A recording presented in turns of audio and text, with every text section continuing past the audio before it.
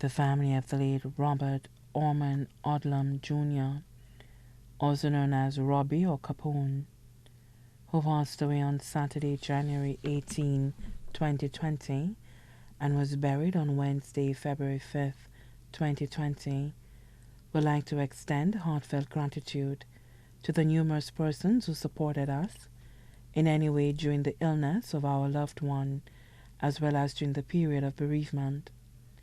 We want you to know that your visits, prayers, and words of encouragement provided much comfort to us.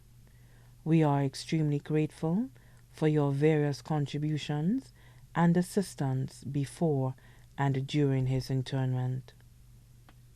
The Odlum family sincerely thanks the following persons: the nurses and doctors of Ward 9 at the Victoria Hospital, all our family members, especially his dedicated siblings and those overseas, the staff of Rambadi Funeral Parlor, all who were present at the funeral service.